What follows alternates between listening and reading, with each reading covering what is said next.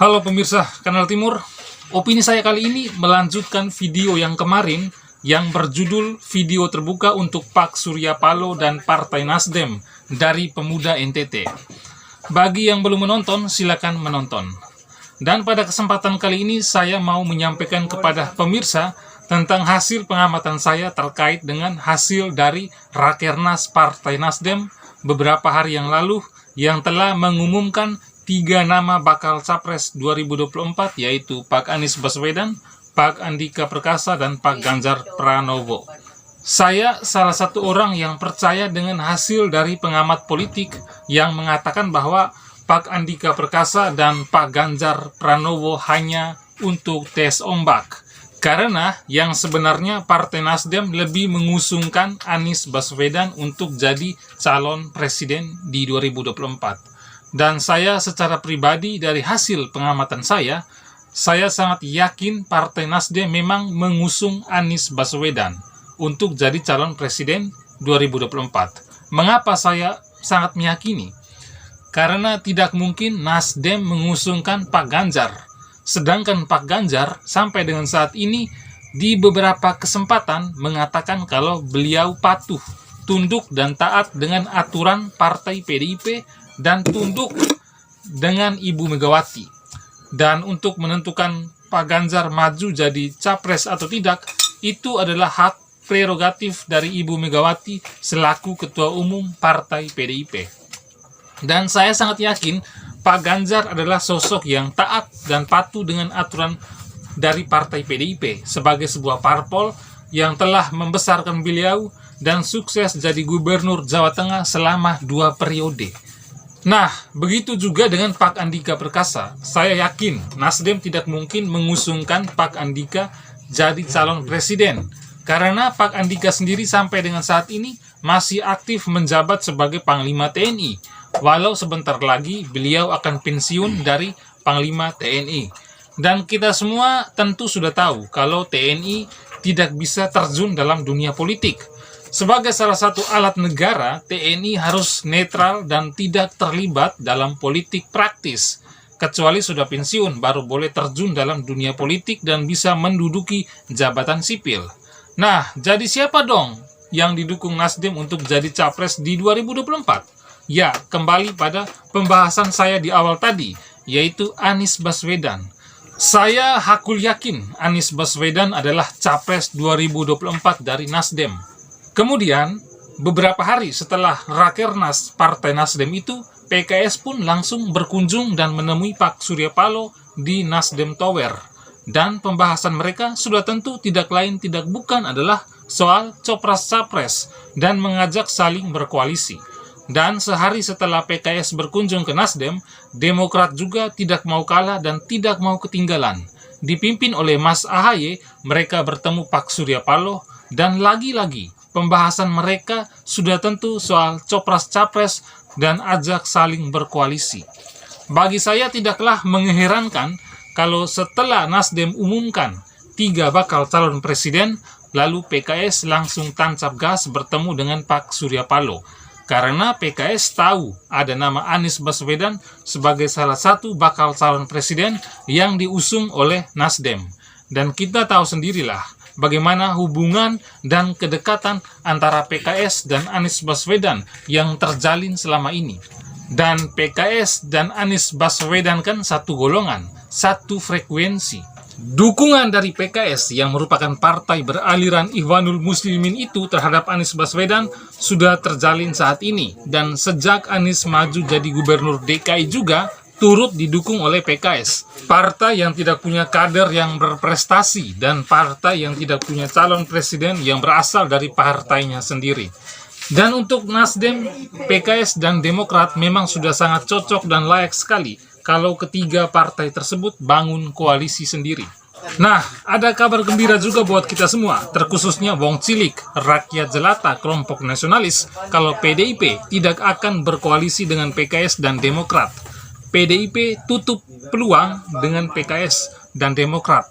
Tidak ada pintu yang terbuka sedikit pun bagi PDIP untuk berkoalisi dengan 2 partai buram tersebut. Walau saya bukan kader PDIP, tapi saya sangat setuju sekali dengan sikap dari PDIP tersebut. Menurut saya ini langkah bagus. PDIP sebagai partainya Wong Cilik, partai nasionalis, partai Pancasila yang merangkul semua golongan, sangat tidak layak berkoalisi dengan partai yang berseberangan dengan ideologi Pancasila. Dan keengganan PDIP untuk berkoalisi dengan PKS menurut penerawangan pribadi saya, ini karena kedua partai tersebut memiliki perbedaan ideologi partai yang sangat jauh berbeda. Ya, seperti yang sudah saya jelaskan tadi, PDIP adalah partai Pancasilais dan nasionalis. Sedangkan PKS, seperti yang kita sudah ketahui, PKS itu adalah partai Ikhwanul Muslimin. Dan Ikhwanul Muslimin itu sendiri adalah sebuah organisasi yang sudah dilabeli sebagai organisasi teroris, yang sudah dilarang. Bukan hanya dilarang di Indonesia saja, tapi juga dilarang di negara-negara Timur Tengah. Di lain sisi, PKS juga sering membela oknum terduga teroris. PKS juga identik dengan khilafah, dan PKS selalu dikait-kaitkan dengan partai yang anti-Pancasila. Lain PKS, lain pula Demokrat. Sedangkan Demokrat dan PDIP, sejak dari 2004, Ketua Umum PDIP, Ibu Mega memang tidak baku tegur dengan Pak SBY. Entah masalahnya apa yang membuat Pak SBY dan Ibu Mega tidak baku tegur. Padahal dulu ketika Ibu Mega jadi presiden dari 2001 hingga 2004, hubungan antara Ibu Mega dan Pak SBY sangat mesra. Waktu itu Pak SBY merupakan Menteri Koordinator Bidang Politik Sosial dan Keamanan di kabinetnya Ibu Megawati. Nah, usut punya usut, ternyata renggangnya hubungan antara Ibu Mega dan Pak SBY ini ada cerita dari salah seorang politisi PDIP yang bernama Dwi Ria Latifah. Jadi, Dwi Ria Latifah ini mengungkapkan bahwa di akhir jabatannya Megawati di 2004 dan jelang Pilpres, Megawati mendapat informasi bahwa SBY melakukan pergerakan politik dari membentuk partai dan hendak maju sebagai presiden. Megawati yang dalam posisi sebagai presiden lantas menanyakan langsung pada SBY yang merupakan pembantunya. Tapi jawaban SBY waktu itu adalah akan mendukung Ibu Megawati sampai 2009 dan akan membela Ibu Megawati tetap jadi presiden sampai 2009. Dan ternyata itu bohong semua, dan itulah yang membuat Ibu Megawati kecewa. Sedangkan Pak Yusril Issa Mahendra yang waktu itu juga adalah menterinya Ibu Mega, ketika ditanya Ibu Mega, Pak Yusril jawab dengan terbuka, ingin maju menjadi capres melawan Ibu Mega. Justru pengakuan terbuka dari Yusril Issa Mahendra ini mendapat salut dari Ibu Mega, dan Ibu Mega merasa tidak ditusuk dari belakang. Walau pada akhirnya Pak Yusril Issa Mahendra gagal jadi capres di 2004 waktu itu.